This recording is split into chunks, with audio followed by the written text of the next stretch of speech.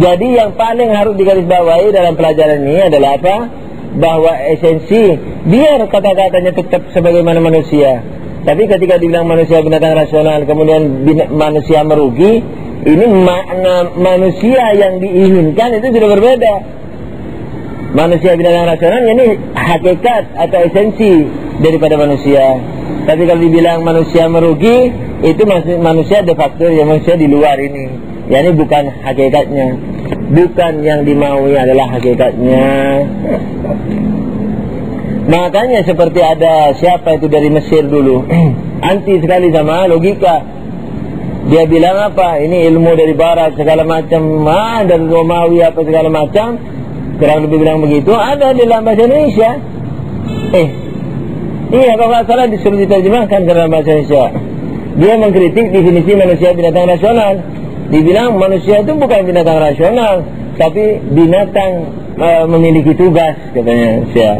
Jadi al-hayawanul mukallaf, yani manusia adalah binatang memiliki tugas.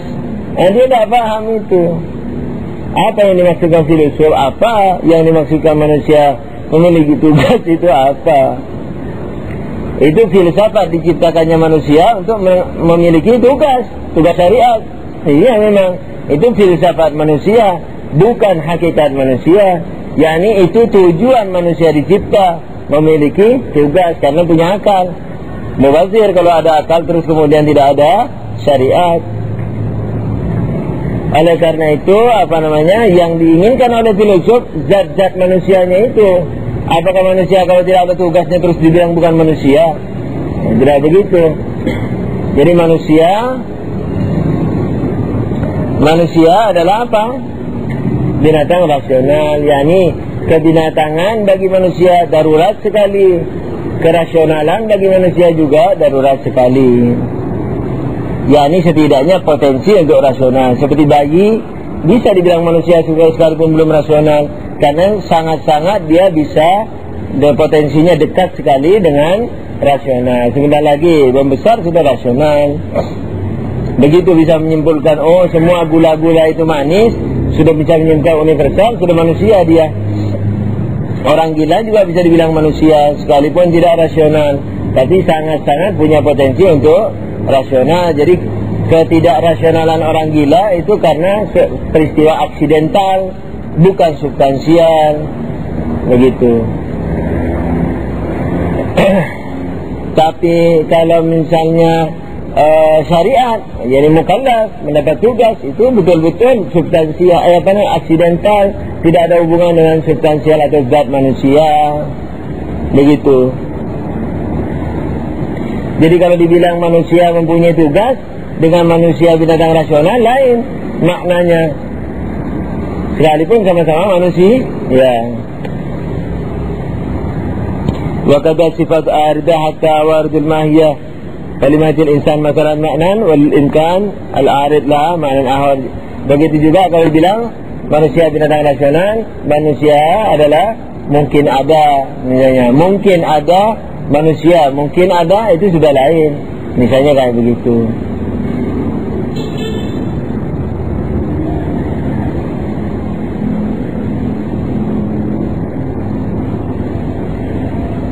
Oke, ada pertanyaan? Ya.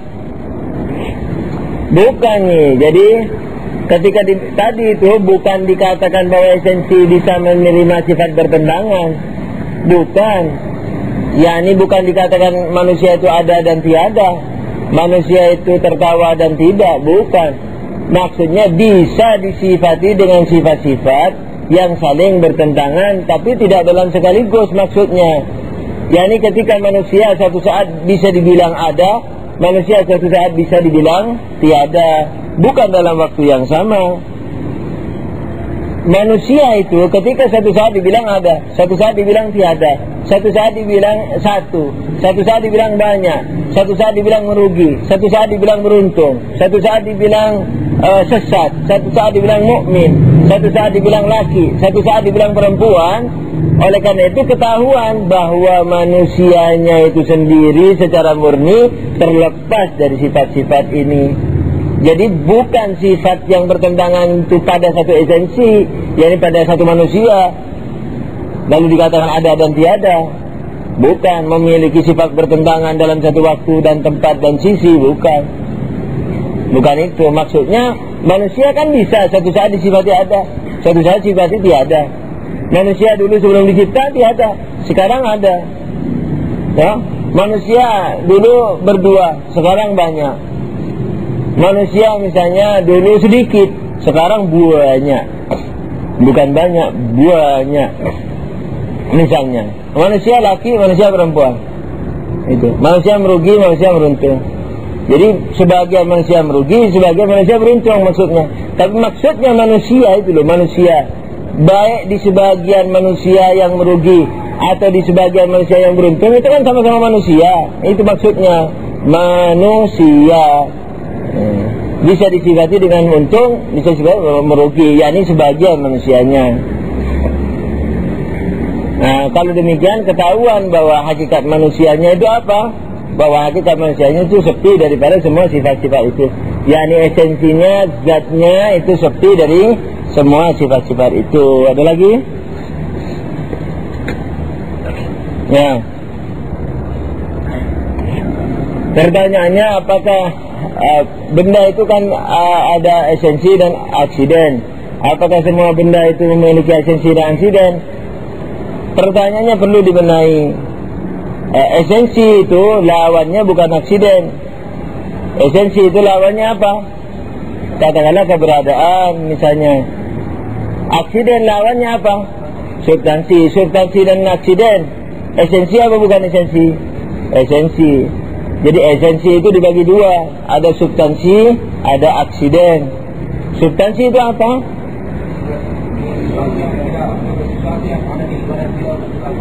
Yaitu substansi, yakni kalau ditemukan di luar, yakni kalau dia ada, keberadaannya tidak perlu kepada partner. Seperti apa? Manusia, harimau, kapas, kapur. Tapi kalau aksiden, yakni apa? Yang keberadaannya perlu kepada partner, seperti putih, yakni yang putih maksudnya, begitu. Yang putih misalnya yang ganas dan seterusnya. Sekarang pertanyaannya, apakah setiap benda memiliki substansi dan aksiden? Nah, dibenahi. Bukan apakah setiap benda memiliki esensi dan aksiden. Jadi pertanyaannya diganti bahwa apakah setiap benda memiliki substansi dan aksiden? Apa jawabannya? Ya pasti tidak mungkin ada substansi tanpa aksiden, karena materi pasti terdiri dari substansi dan aksiden, yakni terdiri dari zat dan sifat. Begitu. Ada lagi? Jadi setiap benda punya substansi. Seperti manusia, apa substansinya? Binatang rasional. Merugi, tidak merugi, banyak dan seterusnya, itu bisa dibilang sifat atau aksiden. Begitu. Telur juga begitu. Asin dan tidak asin itu aksidennya. Kemudian telurnya itu substansinya. Ada lagi pertanyaan?